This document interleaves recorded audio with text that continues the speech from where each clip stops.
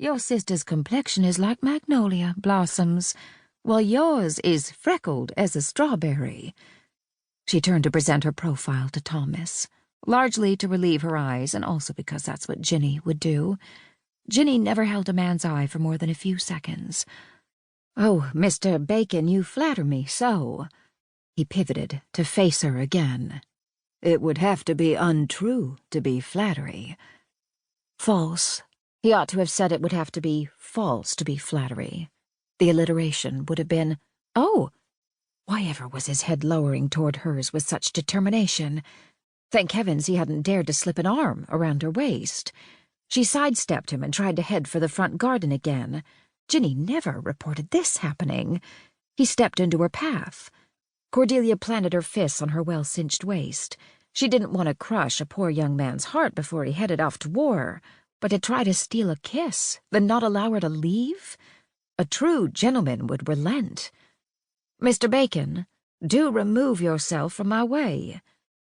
"Now, Miss Delia, just one kiss is all I ask, to sustain me through the long war ahead."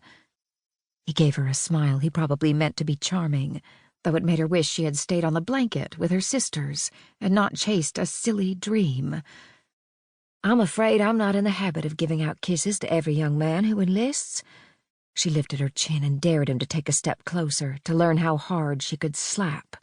Not that she'd ever had to slap anyone, but she surely possessed surprising strength for someone of such small stature. A proper heroine always did. "Now I suggest you make way. I don't want to turn you into a villain, Thomas Bacon, but I will if I must. And best of luck finding another young lady to give you the time of day after I've finished my tale." "No need for that."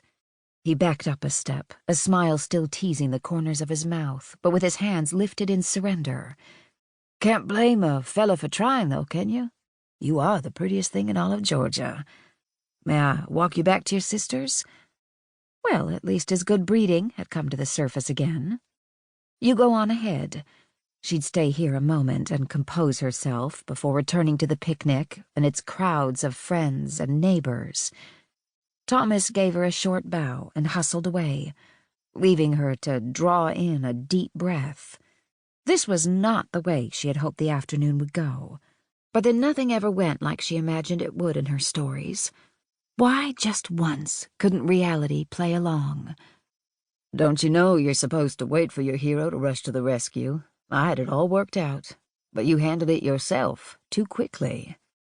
This new voice came from the garden's opposite entrance and set a sweet trill of pleasure tripping through her veins. So Phineas Dunn apparently had deigned to come.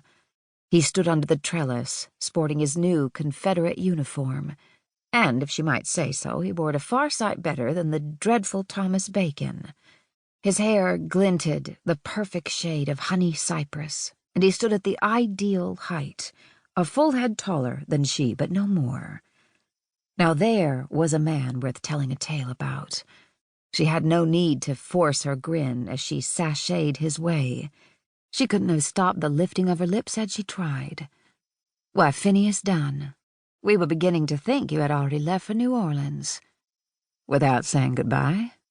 The warm, no, simmering smile he gave her made anticipation dance a quadrille in her stomach. "You know me better than that, even if you did just withhold the chance for me to play your hero." Oh, that would have been perfect.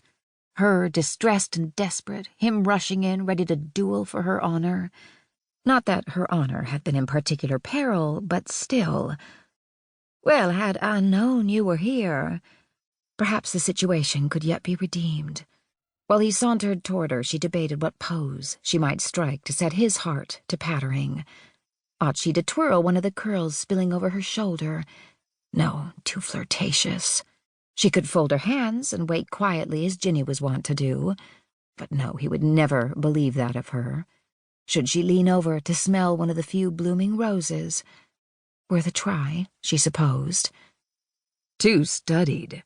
Phin chuckled as he grabbed her around the waist and twirled her once, so that she had no choice but to shriek with unladylike laughter. "There, much better. You can tell all your friends that I swept you off your feet." Was it any wonder he filled her every dream?